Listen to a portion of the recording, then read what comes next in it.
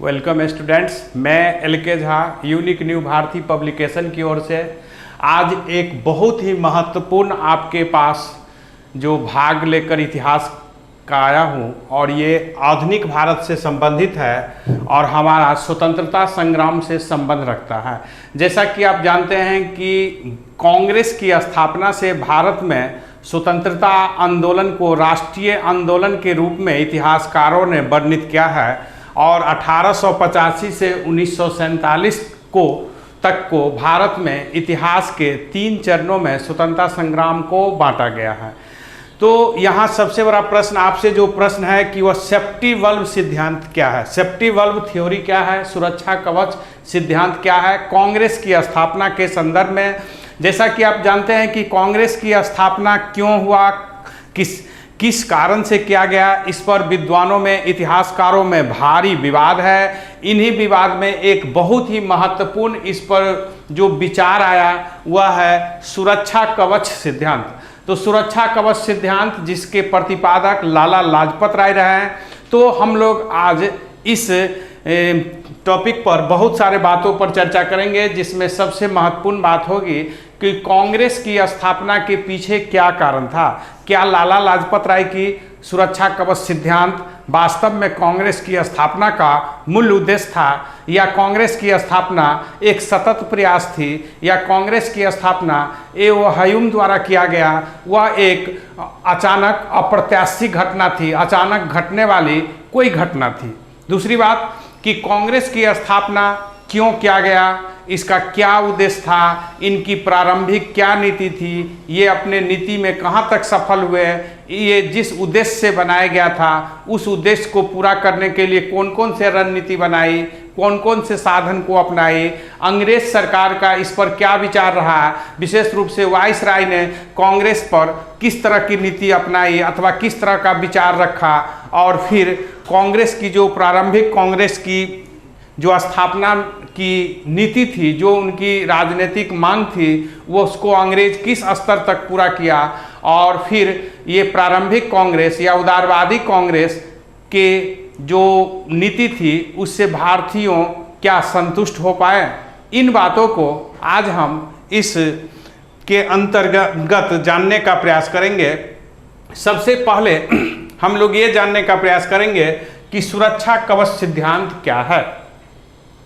सुरक्षा कवच सिद्धांत इसका अर्थ हुआ कि किसी कार्य के लिए जो ऊपर से कवच लगाया जाता है, जिस तरह हम लोग देखते हैं कि आज बुलेट प्रूफ्ड जो सेना द्वारा लगाया जाता है, अथवा जब हम लोग बारिश से बचने के लिए रेन कोट पहनते हैं, ये भी एक प्रकार की सुरक्षा है। तो इसी प्रकार का विचार है कि अंग्रेज ने भारत में कांग्रेस पार्टी की स्थापना इसलिए किया क्योंकि वे भारत में अथवा भारत के बाहर से कांग्रेस को अनिश्चितता की स्थिति थी, खतरा थे, उन्हें संकट दिखाई दे रही थी। उन्हें लग रहा था कि हमारा भारत में शासन बहुत कमज़ोर हो सकता है अथवा विदेशी शक्ति हम हस्तक्षेप कर सकती है। इस परिस्थिति में कांग्रेस की स्थापना करने का प्रयास किया। इसका सुरक्षा कवच का अर्थ ये हुआ। जैसा कि हम जानते हैं कि लाला लाजपत राय ने 1916 ईस्वी में न्यू इंडिया में सर्वप्रथम यह विचार दिया कि अंग्रेज भारत में कांग्रेस पार्टी की जो स्थापना की उनका अपना उद्देश्य था, जिस उद्देश्य को पूर्ति करने के लिए वो अपना हित के लिए, अपनी सुरक्षा के लिए, अपने शासन व्यवस्था को मजबूत करने के लिए, अपनी औपनिवेश को बढ़ावा देने के लिए कांग्रेस की स्थापना की। जैसा कि हम जानते हैं कि कांग्रेस के जनक ए.ओ. ह्यूम को कहते हैं, जो आईसीएस रिटायर्ड आईसीएस अधिकारी थे और वे शिमला में रहते थे। तो ऐसा कहा जाता है कि जब आईसीएस अधिकारी ए.ओ. ह्यूम शिमला में रह रहे थे तो शिमला में विभिन्न संगठनों के प्रतिनिधि इनसे मिला करते थे और विभिन्न धर्म समुदाय पंथ के भी मुनि महात्मा इनसे मिलते थे, क्योंकि ये उदार प्रवृत्ति के थे। ये विभिन्न अवसरों पर, विभिन्न सभा सम्मेलन में ये भाग लेते थे। तो ऐसा कहा जाता है कि ए.ओ. ह्यूम जो कांग्रेस के जनक माने जाते हैं, इनके बारे में ऐसा कहा जाता है कि इन लोगों से जो विचार विमर्श ये किया करते थे, तो इन्हें इस बात की पूरी संभावना बनने लगी कि आने वाला समय में भारत में एक बहुत ही बड़ा संकट आएगी जो ब्रिटिश सरकार को उखाड़ फेंक देगी, उसे भारत से बाहर जाने के लिए मजबूर कर देगी। यह विचार एओ ह्यूम का था। एओ ह्यूम का कहना था कि यदि भारत में जो 1857 में विद्रोह हुआ, उस समय कोई कुशल नेतृत्व नहीं था और एकता की कमी थी, जिस कारण अंग्रेज तो वहां बच गए, लेकिन इस बार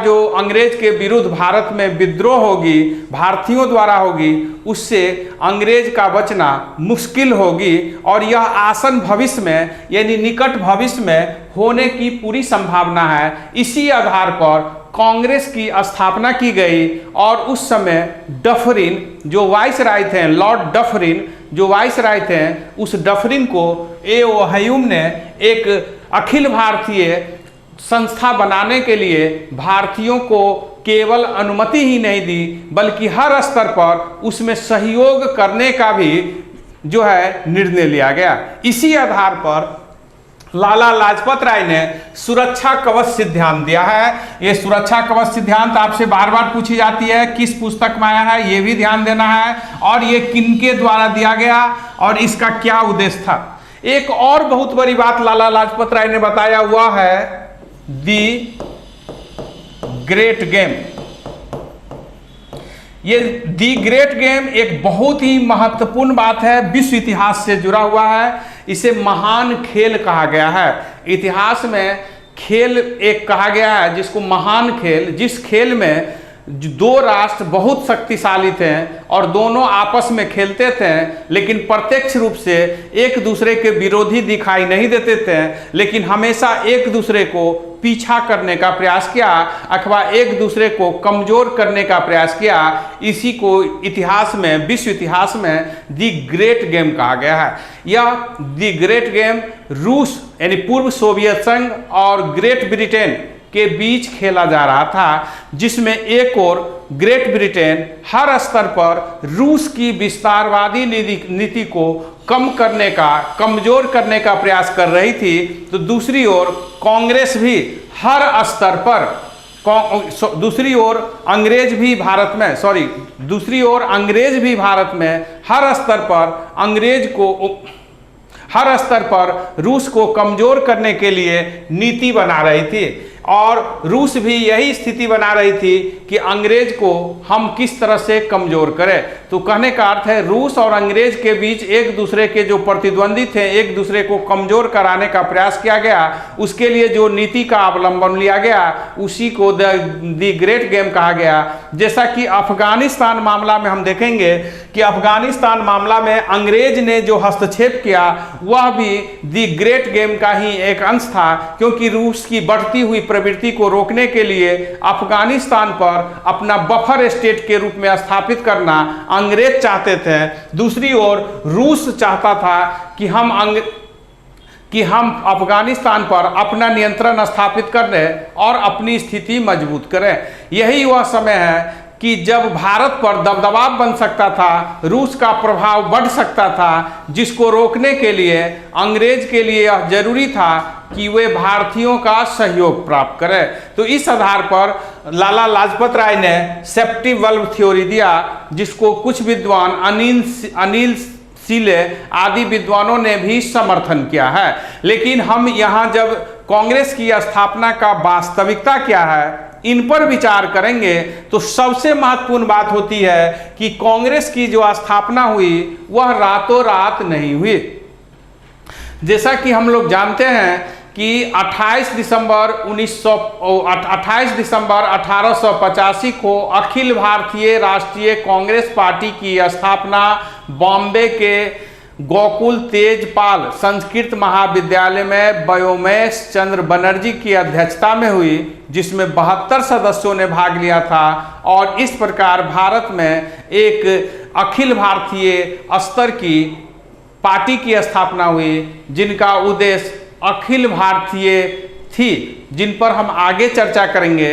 सबसे पहले हम लोग यह जानने का प्रयास करेंगे कि कांग्रेस की स्थापना का क्या उद्देश्य था, इसके पीछे क्या कारण था, कैसे इसकी स्थापना हुई। तो कांग्रेस की स्थापना को हम यह कह सकते हैं कि एओ हयोम और डफरिन ने बहुत ही सहयोग किया, गति प्रदान किया, लेकिन यह स्थापना अचानक नहीं हुई। इसके पीछे एक सतत प्रयास थी, जो प्रयास 1838 ईस्वी में 1838 ईस्वी में लैंड होल्डर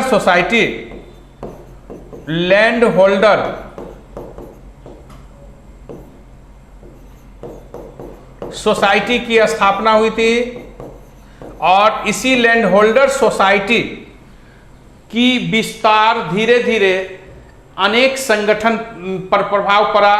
फिर हम देखेंगे कि 1843 ईस्वी में बंगाल लैंड होल्डर सोसाइटी की स्थापना हुआ। फिर इसी तरह बॉम्बे एसोसिएशन की स्थापना हुआ।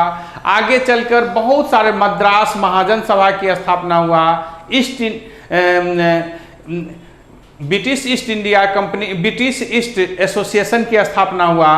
फिर हम देखेंगे कि इंडियन एसोसिएशन, इंडियन लीग आदि विभिन्न संस्था है जिसकी स्थापना हुआ। मेरे कहने का तात्पर्य है कि भारत में पहली राजनीतिक संस्थान जो थी वह 1838 ईस्वी में लैंड होल्डर्स सोसाइटी थी। हालांकि यह सिर्फ जमींदारों की संगठन थी। इसी संगठन को हम आगे देखेंगे, विस्तार होगी। प्रारंभ में जो है जमींदारों की संगठन बनी और यह भारत में पहली राजनीतिक संगठन थी। इसी प्रकार की संगठन धीरे धीरे भारत में अनेक बनने लगे, जिसमें प्रारंभिक दौर में प्रथम संगठन 1838 में लैंड होल्डर सोसाइटी थी। 1843 ईस्वी में British India land holder society की स्थापना हुआ। 1851 में बॉम्बे एसोसिएशन की स्थापना हुआ। 1866 में ईस्ट इंडीज एसोसिएशन की स्थापना हुआ और 1870 में पूना सार्वजनिक सभा की स्थापना हुआ। ये सभी संगठन राजनीतिक उद्देश्य से अपने को सामने लाया और ब्रिटिश सरकार से भारतीयों के हित के लिए कार्य किया। इसी संदर्भ में जो एक बहुत महत्वपूर्ण पादान आया वह है 1875 में इंडियन लीग की स्थापना, और इससे भी बड़ा महत्वपूर्ण जो संगठन बना 1876 में इंडियन एसोसिएशन। इन संगठनों से भारत में एकीकरण के लिए, भारत के संपूर्ण राष्ट्र के लिए एक अखिल भारतीय संस्था बनाने पर धीरे धीरे बल मिली। और जैसा कि हम जानते हैं कि आगे चलकर इसी का मूर्त रूप हम अखिल भारतीय राष्ट्रीय कांग्रेस पार्टी को रूप में सामने देख सकते हैं।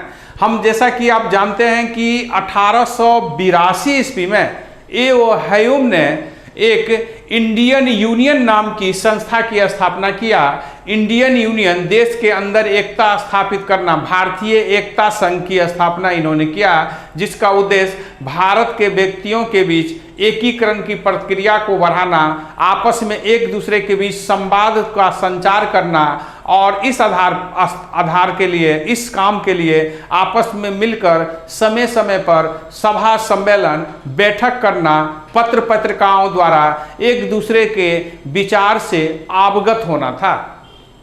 जैसा कि हम जानते हैं कि एओ हयोम ने मार्च 1883 ईस्वी में एक महत्वपूर्ण जो इनके द्वारा कार्य किया गया, इन्होंने कलकत्ता के प्रेसिडेंसी कॉलेज के छात्रों के नाम एक पत्र सामूहिक रूप से लिखे, जिस पत्र में इन्होंने कलकत्ता के प्रेसिडेंसी कॉलेज के छात्रों को यह बताया, इस बात की अपील की कि आप लोग एक अखिल भारतीय स्तर की संगठन की स्थापना करें, ताकि वह अखिल भारतीय स्तर हो, जिनके विचार पूरे देश से जुड़ा हो और जिसे सरकार उन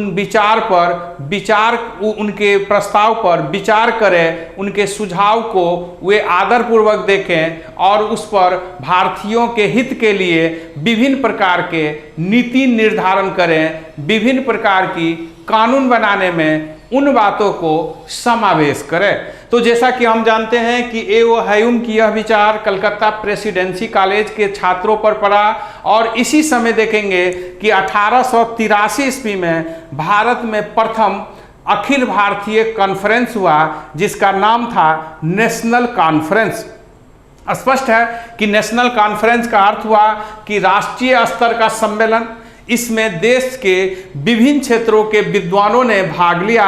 यह उल्लेखनीय है कि यह सम्मेलन भी कलकत्ता में आयोजित हुआ। कलकत्ता में देश के विभिन्न बड़े बड़े विद्वानों ने इसमें भाग लिया और अंत में यही दूसरा कॉन्फ्रेंस जो है 1885 में पुनः कलकत्ता में हुआ। स्वाभाविक है कि एस.एन. बनर्जी जैसे राष्ट्रवादी विचारधारा के व्यक्ति इसमें भाग लेने में असफल हुए जब कांग्रेस पार्टी की स्थापना बॉम्बे में हुआ।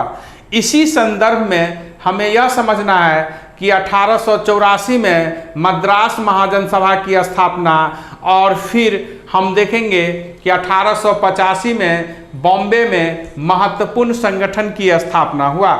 इन्हीं सभी प्रयासों का अंतिम परिणाम कांग्रेस की स्थापना को समझना चाहिए। हालांकि लाला लाजपत राय का विचार है वह आंशिक रूप से सही हो सकता है, पूर्णतः उनके विचार को सही नहीं माना जा सकता है, क्योंकि कांग्रेस की स्थापना अचानक नहीं हुई है, बल्कि यह एक सतत प्रयास थी, एक क्रमिक विकास थी। भारत में बढ़ते हुए राष्ट्रवाद की जो क्रमिक विकास थी उसी का अंतिम रूप एक संस्थागत के रूप में आई और वह अखिल भारतीय राष्ट्रीय कांग्रेस पार्टी के रूप में आई। हम लोग को अब यह जानना है कि ये अखिल भारतीय राष्ट्रीय कांग्रेस पार्टी की स्थापना किसने किया।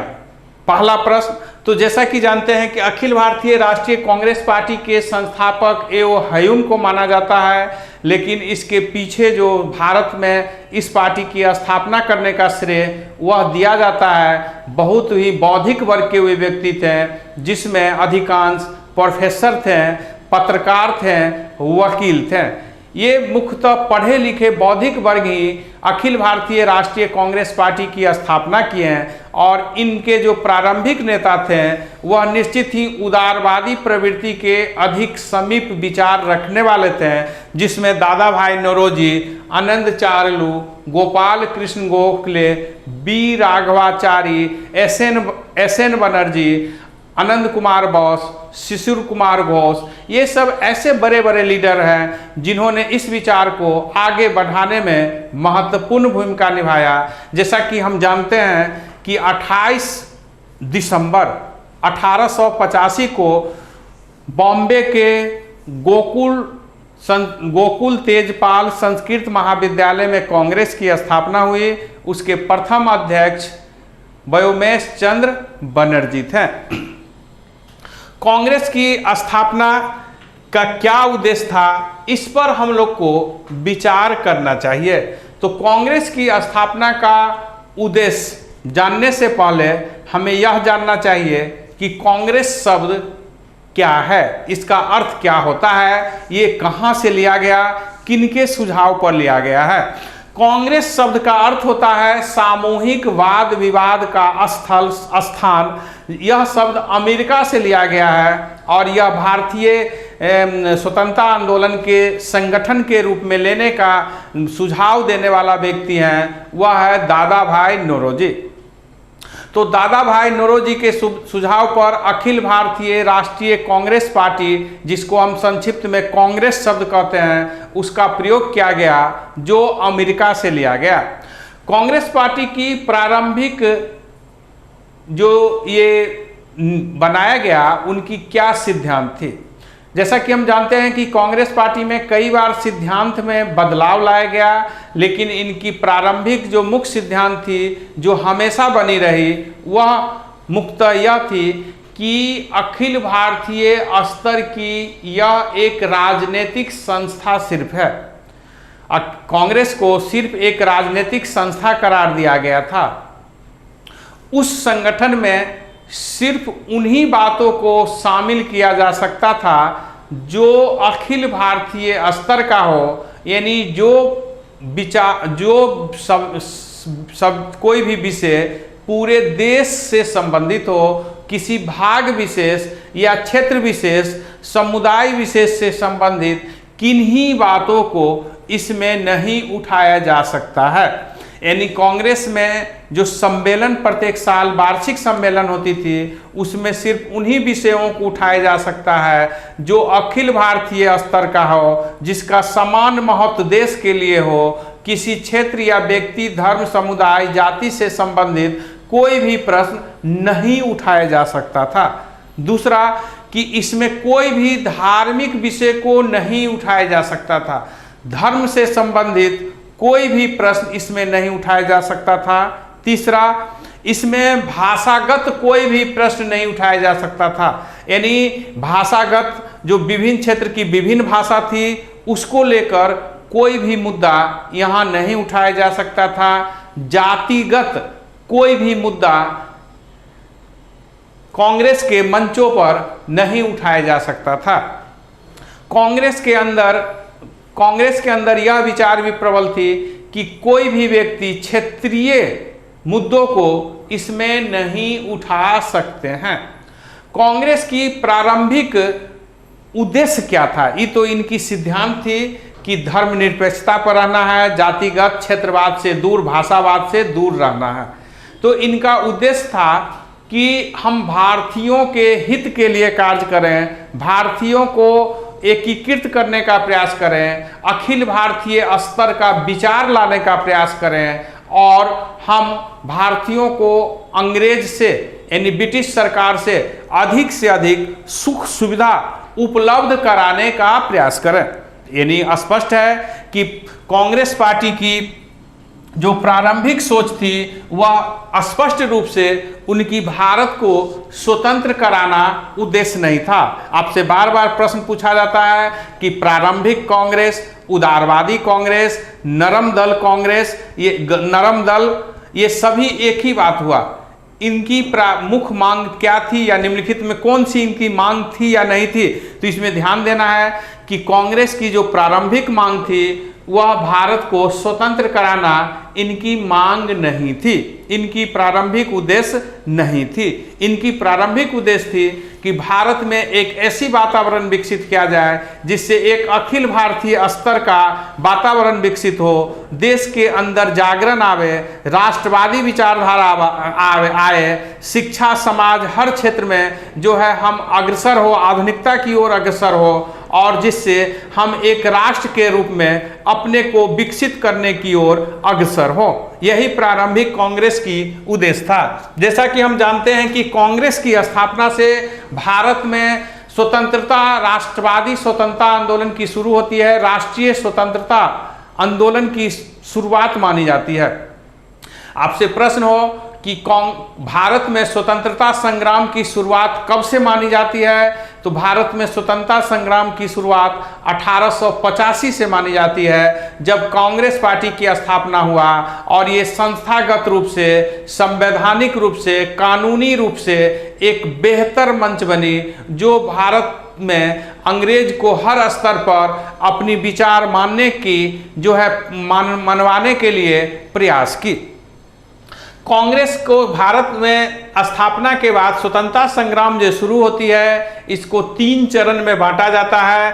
उदारवादी कांग्रेस को हम कह सकते हैं, नरम दल, और एक प्रारंभिक कांग्रेस भी कह सकते हैं जो 1885 से 1905 तक है। दूसरा जो भारत में कांग्रेस की चरण है, उग्र विचारवादी कांग्रेस, जिसे हम गरम दल कह सकते हैं, और ये 1905 से 1919 तक है। और तीसरी जो कांग्रेस का काल है वह गांधी युग कहलाता है, और ये 1919 से 1947 तक है।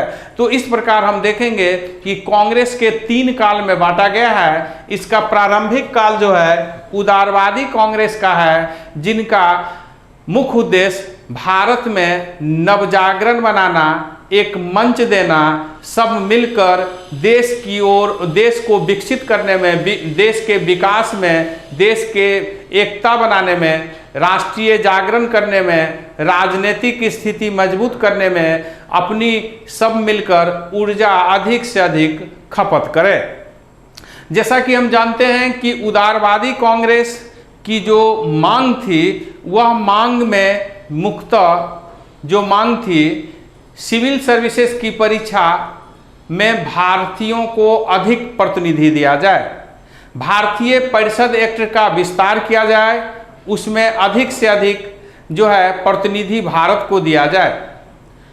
सिविल सर्विसेज की परीक्षा भारत में भी हो, यानी ब्रिटेन के साथ भारत में भी आयोजित किया जाए, भू राजस्व कम किया जाए, भारत की सेना को विदेश में युद्ध करने के लिए नहीं भेजा जाए, भारत के राजस्व के खर्च पर विदेश में सेना नहीं भेजा जाए, बड़े बड़े पद पर भारतीयों को शामिल किया जाए, बड़े बड़े पद पर जो व्यक्ति हैं उनकी तात्काल वेतन कम किया जाए, भारत की पेंस के मुकाबले रुपया को मजबूती दिया जाए, भारत जहाज रानी कानून को मजबूती के साथ भारतीयों के हित में लागू किया जाए। इस प्रकार की प्रारंभिक कांग्रेस की मांग थी।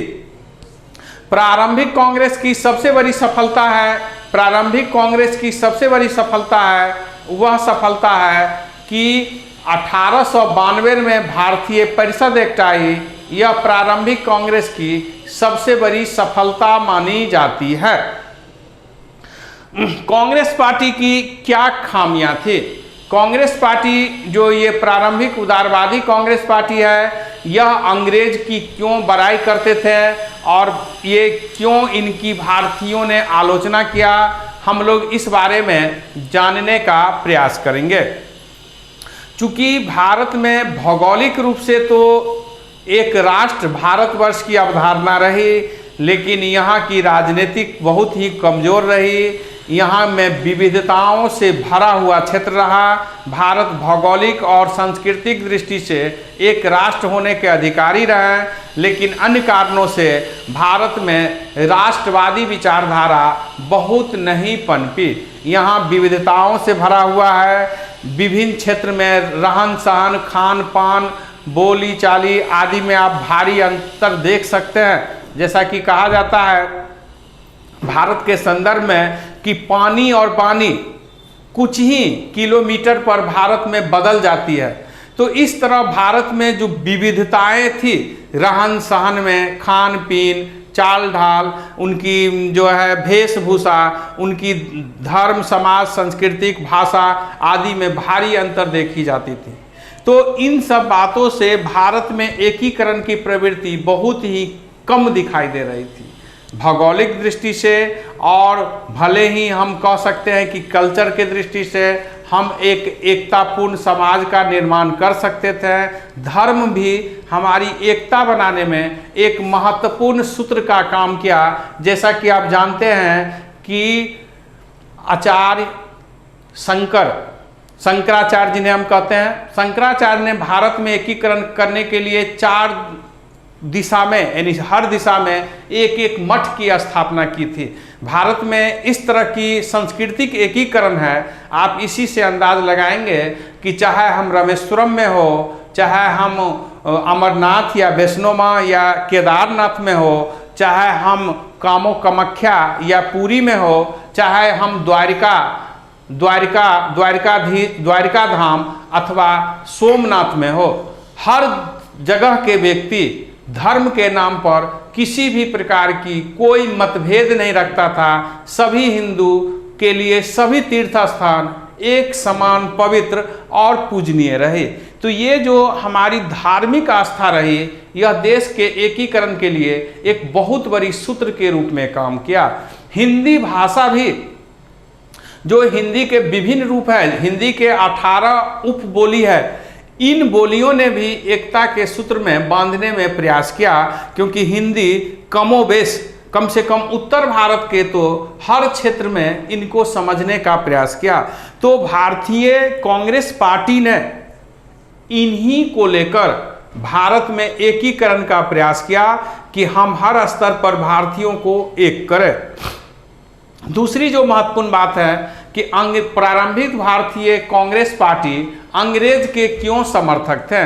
जैसा कि आप जानते हैं, महात्मा गांधी के राजनीतिक गुरु गोपाल कृष्ण गोखले जैसे व्यक्ति यह मानते थे कि भारत में अंग्रेज का आना क्या है, एक देवीय कृपा है, यानी ऊपर वाले का असीम कृपा है कि भारत में ब्रिटिश शासन है। ऐसा क्यों कहते थे?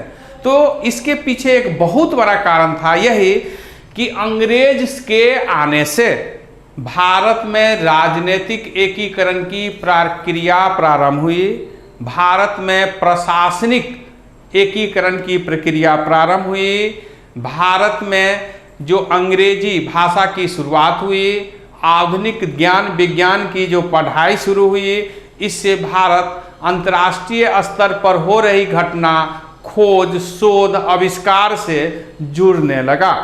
भारत में विभिन्न क्षेत्रों में अंग्रेज की, चाहे वह न्याय प्रणाली हो, शासन प्रणाली हो, उनकी संचार व्यवस्था हो, सड़क व्यवस्था हो, रेल तार डाक विभाग हो, इन सब की जो स्थापना की गई, इससे भारतीयों में एकीकरण की प्रक्रिया की जो है प्रभाव बढ़ने लगा।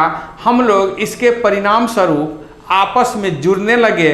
हम जब अंग्रेजी भाषा जान लिए तो अंग्रेजी वाला, चाहे वह किसी भी भारत के क्षेत्र में हो, किसी भी क्षेत्र से कम्युनिकेशन बनाने में कहीं कोई असुविधा नहीं हुई। जब हम दुनिया में ज्ञान विज्ञान की जो घटना हो रही है उसको समझें तो हम धर्म और समाज में जो हमारी अंधविश्वास, ऑर्थोडॉक्स, रूढ़िवादी विचार था, उसको तोड़ने में हम सफल हुए। रेलवे जैसे, भारत में रेलवे की शुरुआत भारत में आवागमन के लिए वरदान साबित हुआ। इससे भारतीयों एक जगह से दूसरे जगह जाने लगे, एक दूसरे से मिलने जुलने लगे और इस सब प्रक्रिया से भारत में एकीकरण को बल मिला। यही कारण है कि भारत के प्रारंभिक कांग्रेस के नेता ने अंग्रेज की भारत में आने का काफ़ी जो है सम्मान किया। उनको वे भारत में आने को भारत की राष्ट्रीय एकीकरण के लिए एक बहुत बड़ा कारण माना। इसलिए गोपाल कृष्ण गोखले ने उन्हें देवीय कृपा, ईश्वरीय संयोग, ईश्वरीय वरदान कह दिया।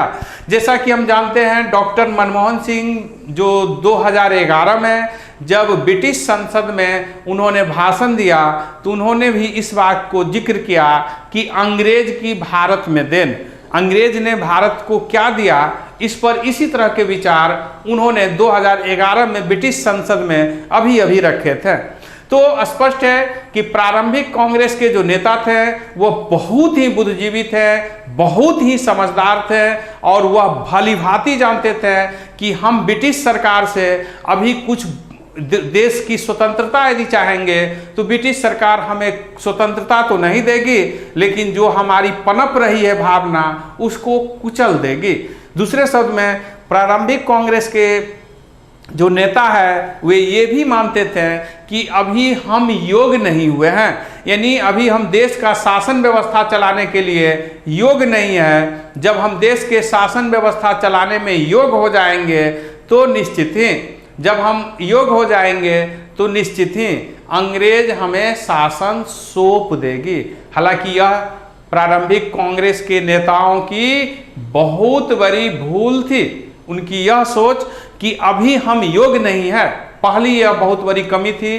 दूसरी जो सबसे बड़ी कमी थी वह कमी थी कि वह यह मानते थे कि जब हम योग्य हो जाएंगे तो अंग्रेज हमें सौंप देगी सत्ता। यह विचार उनकी सबसे बड़ी भूल थी। पहला विचार तो एक सीमा तक उदारवादी कांग्रेस नेता का सही माना जा सकता है, क्योंकि जिस समय कांग्रेस की स्थापना हुई थी और जिस समय हमारे देश के उस समय जो स्थिति थी, यदि हम अधिक कोशिश करते हैं तो अंग्रेज में इतनी शक्ति थी कि हमें कुचल देता और भारत को कई राष्ट्र में बांट सकता था, अलग अलग क्षेत्र में बांट सकता था। जैसा कि हम जानते हैं कि स्वतंत्रता के समय में भी भारत में 563 देशी रियासत था, जिसे सरदार वल्लभ भाई पटेल जैसे व्यक्ति के कारण हम एकीकृत भारत बनाने में सफल हुए। हालांकि ये बहुत दुर्भाग्यवश रहे कि सांप्रदायिकता के कारण अंततः भारत दो भागों में बट गई। जो भी हो, तो प्रारंभिक कांग्रेस की जो सोच थी, पहली सोच, वह तो सही मानी जा सकती है एक सीमा तक, लेकिन दूसरी जो सोच थी कि जब हम योग्य हो जाएंगे, जब हम ट्रेंड हो जाएंगे तो अंग्रेज हमें सत्ता सौंप देगी, यह विचार उदारवादी कांग्रेस की जो थी वह सबसे बड़ी खामियां थी। वह अंग्रेज के मूल उद्देश्य को समझने में भी तो सफल हुए थे। जैसा कि दादा भाई नौरोजी ने इस बात को समझने में सफल हुआ था कि आर्थिक शोषण करना अंग्रेज का भारत में मुख्य उद्देश्य है, और अनिष्टों का अनिष्ट उन्होंने इसको करार दिया था। भारत में गरीबी, दरिद्रता, जंजलात जो स्थिति थी, वह सबके लिए दादा भाई नौरोजी ने अंग्रेज को जिम्मेदार बताया। तो उदारवादी कांग्रेस की सबसे बड़ी देन थी कि ब्रिटिश सरकार की वास्तविक स्थिति को समझ गया, शोषण मूलक उनकी नीति को उदारवादी कांग्रेस ने समझने में सफल रहा। दूसरी जो उनकी बहुत बड़ी देन है कि एक मंच दिया, भारतीयों को एक राजनीतिक मंच दिया जिस पर हम खड़े होकर, जहां हम मिलकर भारत के लिए बात करते रहें, और अंततः वही कांग्रेस पार्टी है जो 1947 में भारत को स्वतंत्र कराने में सफल रही। तो स्पष्ट है कि उदारवादी कांग्रेस की जो भी खामियां गिनी है, उनकी उस समय की सोच अपने तरह से सही हो सकती है, लेकिन उनकी दो देन जो अत्यंत महत्वपूर्ण थी, एक अखिल भारतीय राष्ट्रीय कांग्रेस के द्वारा एक राजनीतिक मंच जिस पर हम खड़े होकर अखिल भारतीय राष्ट्र निर्माण में हम अंग्रेज से सशक्त मुकाबला किए हैं और देश को स्वतंत्रता किए हैं। दूसरी जो उनकी सोच थी, जो मैंने देन है, कि वे कांग्रेस पार्टी, उदारवादी कांग्रेस पार्टी जो अंग्रेज के आर्थिक क्रियाकलापों को समझा और आर्थिक भारत में जो दुर्दशा है उसके लिए अंग्रेज को जिम्मेदार माना, यह उनकी सबसे बड़ी सफलता में दूसरी थी। जैसा कि हम जानते हैं कि उदारवादी कांग्रेस पार्टी की भारी आलोचना भी हुई। उनकी आलोचना के कारण था कि कांग्रेस पार्टी की जो विचार थी वह पूरी तरह से बहुत सारे व्यक्ति इनके विचार से सहमत नहीं थे। दूसरा, अंग्रेज उदारवादी कांग्रेस की मांग को मानने के लिए तैयार नहीं थे। जैसा कि जानते हैं, अरविंद घोष ने द न्यू लैम्प फॉर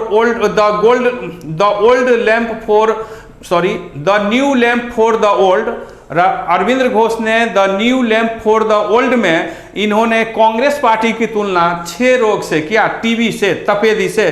कहा कि कांग्रेस को क्षय रोग हो गया, धीरे धीरे ये पतन की ओर जा रहा।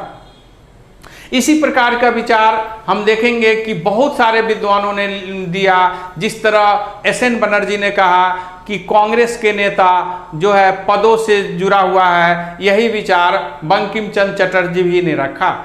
जैसा कि हम जानते हैं कि राजेंद्र मित्र, आनंद कुमार बोस आदि ने भी कांग्रेस की बुराई किया, इसे 3 दिन का तमाशा करार दिया, तो किसी ने इसे मेला करार दिया। कहने का अर्थ है कि ये कांग्रेसी नेता पार्ट टाइम जॉब नहीं करते थे, ये लोग सब अपने अपने कार्य में होते थे और कभी कभी पत्र आदि से एक दूसरे के विचार को जानने का प्रयास करते थे, और साल में 3 दिन ये लोग मिलकर एक अधिवेशन चलाते थे, जिसे हम कहते हैं कि कांग्रेस की वार्षिक अधिवेशन। कांग्रेस की वार्षिक अधिवेशन में कांग्रेस के प्रस्ताव पारित होती थी और वे सरकार को विज्ञापन देते थे, सरकार उस पर क्या विचार कर रही है, जिसको जानने के लिए कभी कभी सरकार से पत्र व्यवहार की जाती थी। फिर इसी तरह के विचार कारण लाला लाजपत राय, बिपिन चंद्र पाल और बाल गंगाधर तिलक जैसे व्यक्ति इनके विरोध में सशक्त रूप में आए, जिसमें बाल गंगाधर तिलक जो भारत में उग्र विचारधारा के जनक, भारत में क्रांतिकारी के बीज रोपण के जनक और भारत में अशांति के जनक, जैसा कि वैलेंटाइन सिरोल ने अनरेस्ट ऑफ इंडिया में भारत में अशांति यानी ब्रिटिश भारत में जो हलचल है उसके लिए जिम्मेवार बाल गंगाधर तिलक को माना। उन्होंने कहा कि भारत में अशांति के पिता बाल गंगाधर तिलक हैं। बाल गंगाधर तिलक ने कांग्रेस की सबसे कटु आलोचना किया। इन्होंने कहा कि कांग्रेस जो है मेढक की तरह, जो है बरसाती मेढक की तरह। इन्होंने कहा कि साल में 3 दिन बरसाती मेढक की तरह टर्टर करने से स्वतंत्रता हासिल नहीं हो सकती है। यानी उन्होंने बरसाती मेढक करार दिया उदारवादी कांग्रेस की। ब्रिटिश सरकार की जो नीति थी वह भी उदारवादी विचारधारा को कमजोर किया और उग्रवादी विचारधारा को आगे बढ़ने में बहुत बड़ा कार्य किया। तो इस प्रकार हम देखेंगे कि कांग्रेस की जो स्थापना थी उसका उद्देश्य बहुत ही पवित्र रहा और जिसके कारण हम अंततः उसमें सफल भी हुए। ब्रिटिश सरकार की कांग्रेस की प्रति क्या नीति थी, तो इस बारे में हम बताना चाहेंगे कि 1885-86 तक को कांग्रेस के प्रति उनकी नीति बहुत अच्छी रही, लेकिन 1887 से कांग्रेस के प्रति ब्रिटिश सरकार की नीति समय समय पर बदलने लगी। यानी कभी उसके साथ रहे, कभी उसकी कटु आलोचना की। आगे चलकर हम देखेंगे कई बार कांग्रेस पार्टी को अवैध घोषित भी ब्रिटिश सरकार द्वारा कर दी गई थी। तो जैसा कि उस समय के वाइसराय लॉर्ड डफरिन ने 1887 ईस्वी में मद्रास कांग्रेस अधिवेशन में वहां के ऑफिसर या वहां के गवर्नर को भाग लेने से रोक दिया और प्रीति भोज देने से भी रोक दिया। यानी आपसे जब प्रश्न हो कि अंग्रेज ने कांग्रेस की पहली बार बुराई कब की या कांग्रेस की बुराई में पहली बार कब आई या ब्रिटिश सरकार ने सर्वप्रथम कांग्रेस की कब विरोध किया, तो वह देना है 1887 में और वह मद्रास अधिवेशन में देखा जाता है। और वह बुराई करने वाले या विरोध करने वाले थे भारत के वाइसराय लॉर्ड डफरिन ने, जिन्होंने मद्रास के गवर्नर को पत्र लिखा कि आप जो है सो उस सम्मेलन में भाग ना लें, ना ऑफिसर को भाग लेने दें, चाहे वह भारतीय ही क्यों ना हो, और ना ही उन्हें प्रीति भोज दें। यानी जहां भी कांग्रेस की पहले 2 अधिवेशन हुआ ब्रिटिश सरकार उनको भोज खिलाती थी, उसको प्रीति भोज भी देने से रोक दिया गया। डफरिन ने कहा कि कांग्रेस अल्पमत की प्रतिनिधि करती है, बहुमत की नहीं। इसका बहुत बड़ा अर्थ होता है कि कांग्रेस जो मांग करती है वह मानने के लिए हम बाध्य नहीं है। यानी अल्पमत का करती है, यानी छोटा सा समूह का करती है। इसलिए कांग्रेस जो हमारे पास प्रस्ताव भेजती है हम उसको मानने के लिए बाध्य नहीं है। कांग्रेस अल्पमत की प्रतिनिधि करती है, बहुमत की नहीं। जैसा कि आप देखते होंगे भारत में लोकतंत्र है, आए दिन नीतीश मुख्यमंत्री बिहार के हैं या मोदी जो भारत के प्रधानमंत्री हैं, उनका बार बार त्याग पत्र देने की भी मांग कोई न कोई पार्टी या संस्था या व्यक्ति करते रहते हैं। लेकिन क्या उससे हमारा बिहार के मुख्यमंत्री या भारत के राष्ट्रपति त्याग पत्र तो नहीं देते हैं? लेकिन देश के बहुमत यदि इनके विरोध में आ जाए, यदि नीतीश सरकार या भारत सरकार के विरोध में पूरे राज्य या पूरे देश आ जाए, उस स्थिति में बिहार के मुख्यमंत्री जब बिहार के पूरे जनता रोड पर आ जाए तो नीतीश सरकार को सदन में बहुमत रहते भी हुए भी नैतिकता के आधार पर त्याग पत्र देना होगा। और यही स्थिति भारत के प्रधानमंत्री पर भी लागू होती है। यदि भारत के जनता मोदी से राष्ट्र प्रधानमंत्री पद से इस्तीफा मांग गए और यह बहुत लार्ज नंबर में हो, मेजोरिटी में हो, तो अंततः मोदी को बहुमत होते हुए भी मोदी जी को त्याग पत्र देना होगा। स्वाभाविक है कि डफरिन के विचार बहुत ही खतरनाक था और इस प्रकार कह सकते हैं कि कांग्रेस को तुच्छ कहकर उसने काफी बहुत कटु आलोचना की, उसको कोई महत्व नहीं दिया। इसी प्रकार का विचार हम देखेंगे लॉर्ड कर्जन वाइसराय जब थे, लॉर्ड कर्जन का एक विचार है, वह रिजले जो भारत सचिव थे उनको पत्र लिखते हैं कि कांग्रेस पतन की ओर बढ़ रही है, कांग्रेस लड़खड़ा रही है और हमारा जीवन का अंतिम उद्देश्य है भारत में रहते हुए कि हम इसके पतन में सहायक हों। कहने का अर्थ है कि लॉर्ड कर्जन ने यह बताया कि भारत में जो नरम दल और गरम दल में मतभेद चल रही थी उसको देखते हुए लॉर्ड कर्जन ने यह कहा कि कांग्रेस लड़खड़ा रही है, पतन की ओर अग्रसर हो रही है और मेरा भारत में रहते हुए अंतिम इच्छा है कि इसकी पतन में सहायक हों। स्वाभाविक है कि कांग्रेस के नीति से अंग्रेज को परेशानी बढ़ी, भारत में उनके जो मांग थी उस मांग को पूरा करना उनके लिए सक्षम नहीं हो रही थी, इसलिए इसका विरोध करना शुरू किया। और जब इनका विरोध बहुत सफल नहीं हुआ तो वे सांप्रदायिकता के रंग में भारत को रंगने का प्रयास किया, जिस रंग में देखेंगे आप बंगाल विभाजन, आगे चलकर 1909 के भारतीय परिषद एक्ट आदि जो नीति है वह ब्रिटिश सरकार को भारत में फूट डालो शासन करो की नीति का ही स्पष्ट रूप है। और अंततः उस नीति का परिणाम बहुत ही घातक रहा। भारत दो भागों में स्वतंत्रता के समय बट गई। तो इस प्रकार हम कह सकते हैं कि कांग्रेस पार्टी जो एक बेहतर अपना मंच बनाया, भारत को एक बेहतर स्थिति दिया और अंततः भारत को स्वतंत्र कराने में सफल रही। उनकी स्थापना एक सतत प्रयास थी। हालांकि जो तात्कालीन कारण थी, जो एओ हयूम और डफरिन से जुड़ा हुआ था, वह उनकी सुरक्षा और अपने हित से भी जरूर जुड़ी हुई थी। तो इस प्रकार लाला लाजपत राय का जो विचार है वह भी अपने जगह एक सीमा तक सही ठहरती है।